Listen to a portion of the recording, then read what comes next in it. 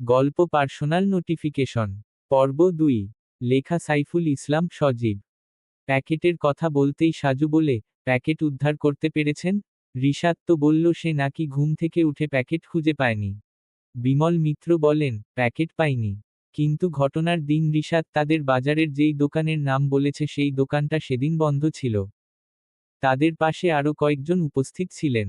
রিশাতের বাবা, মেজ ভাই, প্রতিবেশী গ্রাম্য ডাক্তার, রিশাতের ভাবির বাবা, মামা, গ্রামের মেম্বার, আরও কিছু মানুষ, যাদের সবার চোখেই কৌতূহল। সবাই এসেছেন রিশাতের কল রেকর্ড শুনতে। ৫ দিন আগে রিশাতের বড় ভাবিমা রা গেছে। গতকাল সন্ধ্যা বেলা তোত্তা করেছে রিশাত। কিন্তু রিশাত তার মৃত্যুর আগে নিজের মোবাইলে দীর্ঘ ৩৮ মিনিটের ভয়েস রেকর্ড রেখে গেছে। রেকর্ড এত সহজে পাওয়ার উপায় ছিল না যদি না রিশাত তার টেবিলের উপর এক টুকরো কাগজে লিখে রাখত যে, আমার যা বলার সবকিছু আমি আমার মোবাইলে রেকর্ড করে রেখে যাচ্ছি। আপনারা সবাই আমাকে সন্দেহ করতে শুরু করেছেন। আপনাদের এই ধারণা আমাকে ভেতর থেকে খুন করেছে। মা বাবার প্রতি আমার সবচেয়ে বেশি অভিযোগ। তারা অন্তত আমাকে সাপোর্ট করতে পারত। সাজু এখানে এসেছে সকাল 11টায়। রিশাতের বড় ভাবির মামা সাজুকে গতকাল রাতে মেইল দিয়ে বিস্তারিত জানিয়েছেন। কাল রাতে তিনি সাজু ভাইকে লিখেছেন, সেদিন রাতেই খবর পেলাম আমার বোনের মেয়েটা মারা গিয়েছে। আমরা সবাই মিলে ভাগ্নির বাড়িতে গেলাম।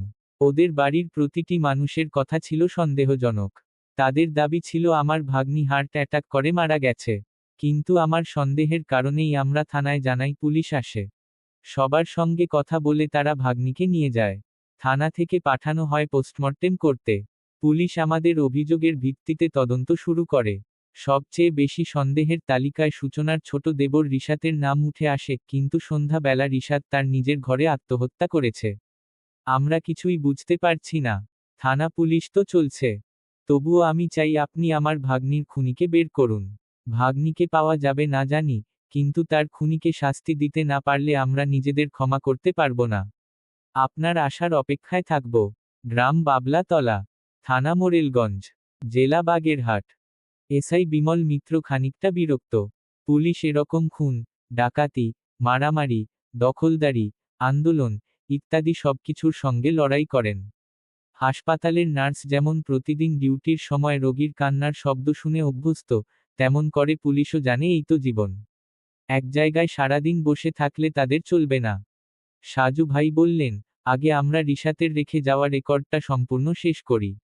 তারপর বাস্তবে কি আছে, কি ঘটেছে সবকিছু নিয়ে ভাবা যাবে। হতে পারে রিশাত পরে যেগুলো দেখেছে, কেন আত্মহত্যা করেছে সবটাই হয়তো রেকর্ডে রয়েছে। রেকর্ড চালু করে আবারও মনোযোগ দিল সাজু। রিশাত বলছে, বাজারে যেই ছেলেটা মোবাইল সার্ভিসিংয়ের কাজ করে ছেলেটা আমার পরিচিত। ওর নাম সোহাগ, আমার কাছে নাম্বার ছিল। ভাবির ঘর থেকে বের হয়ে আমার ঘরে গিয়ে কল দিলাম। কলের একদম শেষ মুহূর্তে সোহাগ কলটা রিসিভ করে। কি রে, এত কল দিলি? কিছু হচ্ছে? উদ্ধৃতি চিহ্ন। সোহাগের বাড়ি পশ্চিমপাড়া। এত তাড়াতাড়ি ভাবির মৃত্যুর খবর সে পাবে না। বললাম, ভাবির মোবাইল কি তোর কাছে? আজকে সকালে নাকি ঠিক করতে দিয়েছে? উদ্ধৃতি চিহ্ন। হ্যাঁ দিয়েছিল, কিন্তু আমি তো সন্ধ্যা বেলা গিয়ে মোবাইল দিয়ে আসলাম। উদ্ধৃতি চিহ্ন। কার হাতে দিয়েছিস? তোর ভাবির মোবাইল আর কার হাতে দেব?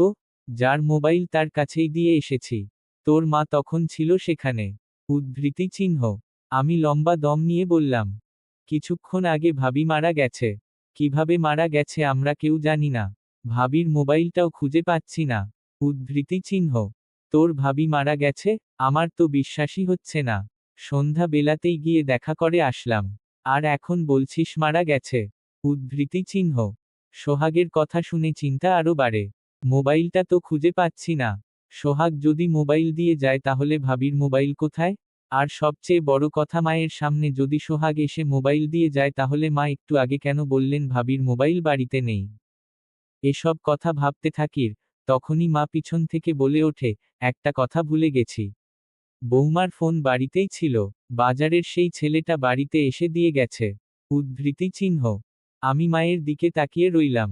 মায়ের চোখের দিকে তাকিয়ে মনে হচ্ছিল তিনি অপরাধীর মতো নিজেকে গুটিয়ে রাখছেন। মা, কে সচরাচর এরকম ভঙ্গিতে কখনো দেখিনি। মা বললেন, মেজ বৌমাকে নিয়ে বড় বৌমা আর কি বলেছে রিশাত? তোর মেজো ভাইয়ের কাছে না বলিস কিন্তু আমাকে বল। উদ্ধৃতি চিহ্ন। আশ্চর্য হলাম কারণ মেজো ভাবির বিষয় নিয়ে আমি শুধু মেজো ভাইয়ের সঙ্গে কথা বলেছি। তাকে দুবার প্রশ্ন করেছি, কিন্তু মাত্র 15-20 মিনিটের মধ্যে ভাইয়া সেই কথা মাকেও বলে দিয়েছে। আমাকে চুপ থাকতে দেখে মা বললেন, কিরে কথা বলছিস না কেন? নিশ্চয়ই তোর কাছে বৌমা কিছু বলেছে। তুই এগুলো জানার পরই তড়িঘড়ি করে বাড়িতে এসেছিস মনে হয়, তাই না? পাশে অন্য ঘরে ভাবির মা বাবা ও আত্মীয়দের কান্নায় বাতাসে আতঙ্কের ঘ্রাণ। তার মধ্যে আমরা যদি এভাবে গোপনে বারবার কথা বলি তাহলে তো মানুষ সন্দেহ করবে। এসব ভেবে মাকে বললাম, হ্যাঁ অনেক কিছু বলছে কিন্তু এখন সেসব বলার সময় নাই। চলো ওদিকে যাই। উদ্ধৃতি চিহ্ন। গিয়ে কি করব? বৌমার মামা তোর বাবার সাথে নিলয়ের সাথে কথা বলেই থানায় কল দিয়েছে।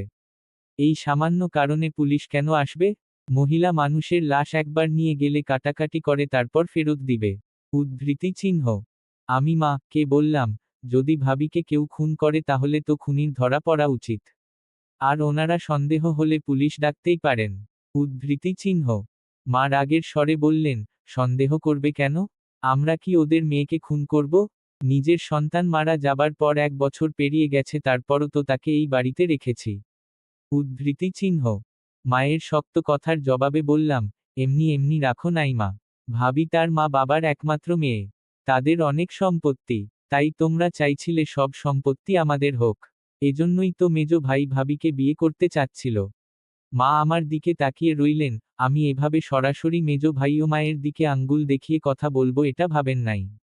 আমি মাকে আস্তে করে বললাম, মা আমি মোবাইলের ফ্ল্যাশলাইট জ্বালিয়ে ভাবির ঘরে ঢোকার পরে ঘরের দরজা বন্ধ করেছিলাম। কারণ ভয় হচ্ছিল যে তুমি বাবা ভাইয়া যদি কেউ দেখো বা হঠাৎ চলে আসো তাহলে কেলেঙ্কারি হবে। সেজন্য আমি দরজা বন্ধ করে ভাবির বিছানার কাছে গিয়ে তাকে ডাকছিলাম। তুমি তো বাবার সাথে অন্য ঘরে ঘুমাও, তাহলে বন্ধ দরজা দিয়ে তুমি ঘরের ভেতর ঢুকলে কিভাবে? নাকি তুমি আমার আগে থেকেই ভাবির ঘরের মধ্যে ঢুকেছিলে? আমার কথা শুনে মায়ের চোখমুখ শুকিয়ে যায়। কি উত্তর দেবেন খুঁজে পান না। আমি বললাম, ভাবিকে কি তুমি খুন করেছ মা? আমি মায়ের মুখের দিকে তাকিয়ে আস্তে করে বললাম, মা আমি মোবাইলের ফ্ল্যাশলাইট জ্বালিয়ে ভাবির ঘরে ঢোকার পরে ঘরের দরজা বন্ধ করেছিলাম। ভয় হচ্ছিল যে তুমি বাবা ভাইয়া কেউ যদি দেখে ফেলো বা হঠাৎ চলে আসো তাহলে কেলেঙ্কারি হয়ে যাবে। তাই দরজা বন্ধ করে ভাবির বিছানার কাছে গিয়ে তাকে ডেকেছিলাম। তুমি তো বাবার সাথে অন্য ঘরে ঘুমাও, তাহলে বন্ধ দরজা দিয়ে তুমি ঘরের ভেতর ঢুকলে কিভাবে? নাকি তুমি আমার আগে থেকেই ভাবির ঘরের মধ্যে ঢুকেছিলে?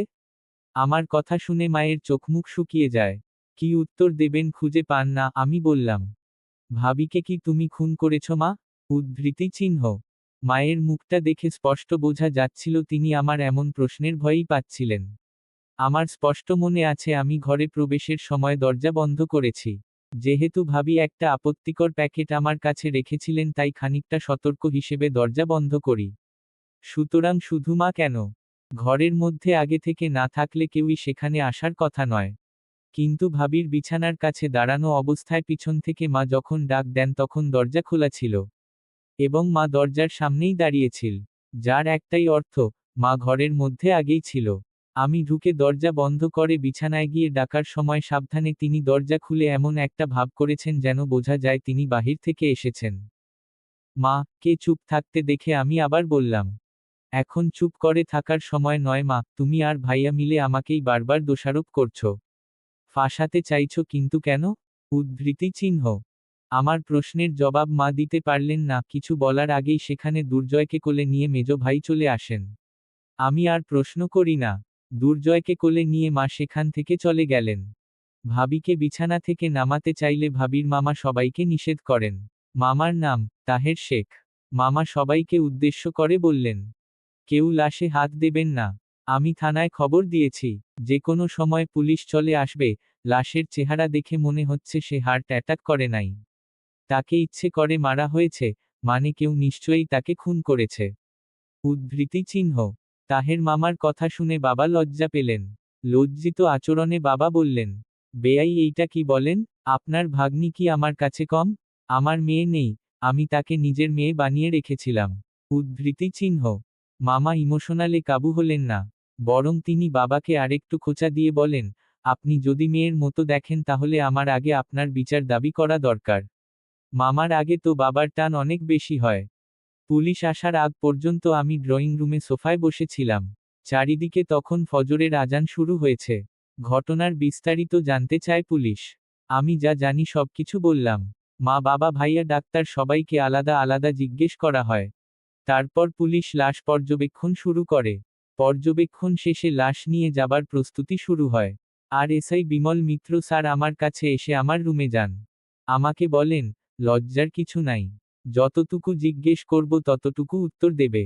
তোমার ভাবির সঙ্গে কি তোমার কোনো অবৈধ সম্পর্ক ছিল? আমি বেশ বিরক্ত হয়ে বললাম, আজেবাজে কথা বলবেন না স্যার। অবৈধ সম্পর্ক কিসের? আমি তাকে শ্রদ্ধা করতাম। তিনিও সবসময় আমার যাবতীয় কাজকর্ম করে দিতেন। তার মানে এই নয় যে খারাপ সম্পর্ক থাকবে। বিমল মিত্র স্যার বলেন, তোমার মা ভাইয়া সবাই বলছে সম্পর্ক ছিল। গভীর সম্পর্ক। এতটাই গভীর যে লুকিয়ে লুকিয়ে প্যাকেট নিয়ে আসো, আবার কাজ শেষে প্যাকেটের কোনো অস্তিত্ব নাই। কি করছো সেই প্যাকেট? বুঝলাম ভাইয়া মা তারা সবকিছুই বলে দিয়েছেন। ভাইয়া আমার হাতে প্যাকেট দেখেছিলেন। কেন যে তখন সেটা খুলতে গেলাম। লজ্জার সীমা রইল না। আমি তখন সবই সত্যি বলে দিলাম। কিন্তু স্যারের চেহারা দেখে বোঝা যাচ্ছিল তিনি আমার কথা পুরোপুরি বিশ্বাস করেন নাই।